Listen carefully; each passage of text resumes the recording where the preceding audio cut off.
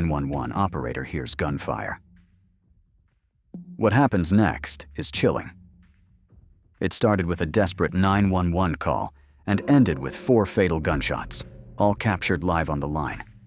On what seemed like just another quiet evening in a suburban neighborhood, 33-year-old Colin Turner called emergency services one last time. His voice was calm, but what he said sent chills down the dispatcher's spine. "She just shot me." Moments later, the line went silent. But this wasn't a random act of violence. This was a domestic dispute that had spiraled completely out of control. One that police had been warned about not once, but twice earlier that same day. And what no one realized was that the woman pulling the trigger was a high-ranking Navy officer. In today's case, we uncover the chilling breakdown of a marriage, the ignored red flags, and the moment a killer wife realized everything had been recorded. Earlier that day, deputies had already visited the Turner residence, not once, but twice. The first 911 call came from Bree, Colin's wife, who accused him of domestic violence. But when officers arrived, it was Colin who was calmly waiting outside. He told deputies that Bree was mentally unstable, had recently been diagnosed with borderline personality disorder, and had a history of being kicked out of therapy groups. He also explained that he was planning to take their kids to Georgia for a break, something Bree didn't take well. In fact, he claimed she had thrown his $2,500 MacBook in the dishwasher and revoked his access to all their shared finances. Despite the serious claims from both sides, there were no visible injuries or signs of physical altercation. With no hard evidence, the police left. But before they did, Colin made a chilling statement. "It's just a matter of which one of us crosses the line first." Tragically, no one could have known how close that line really was, and by the time they were called back a third time, it would be too late. Just hours after that ominous warning, Colin placed another call to 911. This time, his voice was tense. He told the dispatcher that Bree had locked him out of their home again, leaving their 3-year-old daughter outside with him. Officers returned for the second time that day and found both parents still emotionally charged. Colin explained how he had been trying to gather his belongings, but Bree had taken his ID, shut him out, and refused to let him back in. Despite that, he emphasized again that no physical violence had occurred. Bree, on the other hand, alleged that Colin had pushed her into a wall and thrown her onto the bathroom floor. But again, officers saw no visible injuries and no evidence of an assault. The officers advised both parties that since they were still legally married and co-owned the property, neither could legally lock the other out. But they couldn't force Bree to open the door either. So Colin, exhausted and out of options, went around to the garage, his last chance to re-enter his own home. The police left, thinking the matter was de-escalated. But what none of them realized was that Colin was now walking directly into a trap.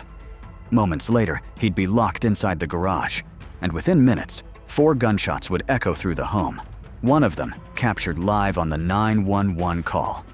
When deputies rushed back to the home after that chilling 911 call, they found Colin lying lifeless in a pool of blood inside the garage. He had been shot 4 times, once initially, and then 3 more rounds moments later. Bree stood nearby, visibly shaken, and immediately told officers, "I killed my husband." But her behavior was contradictory. One moment she claimed responsibility. The next, she appeared confused and in denial. Officers secured the scene and made sure the couple's 3 children were safe. The youngest 2 were physically unharmed, but the 12-year-old stepdaughter was in tears. She'd seen enough to be deeply traumatized. Bree was taken into custody and brought to the station for formal questioning. Despite her initial on-camera confession to police at the scene, detectives knew that wouldn't be enough to convict her in court. She was a high-ranking Navy officer, and the law would require a detailed, on-record statement that left no room for ambiguity or later manipulation.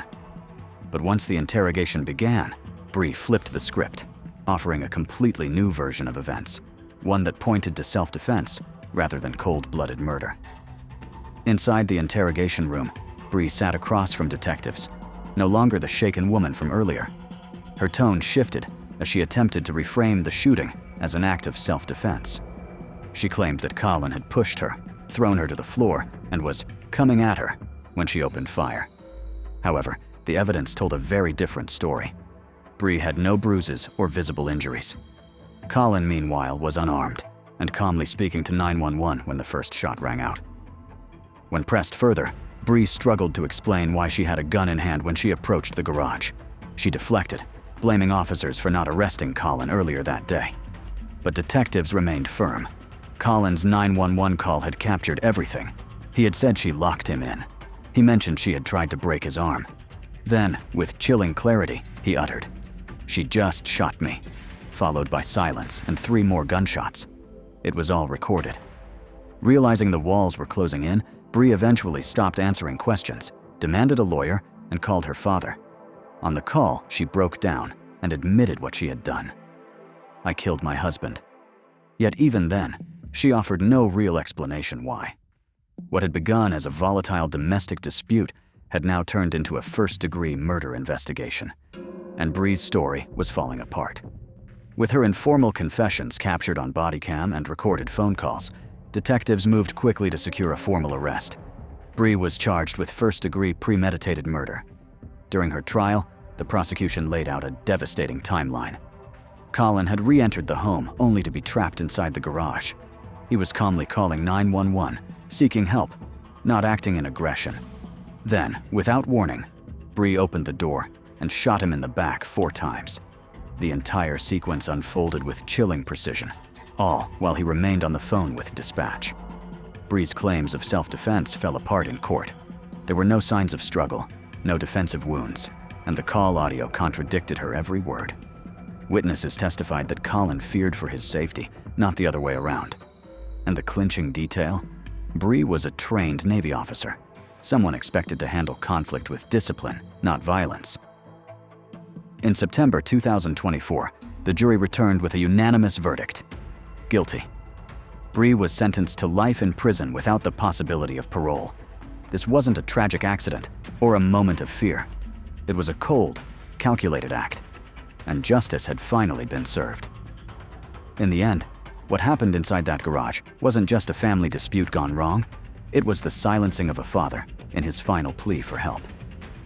Colin Turner's quiet call to 911 captured more than just a tragedy. It recorded the truth. Despite the lies, the contradictions, and the manipulation, justice prevailed. Bree will now spend the rest of her life behind bars, while 3 children grow up without the parents they once had. Let this case be a chilling reminder. The truth is always listening, even when you think no one is.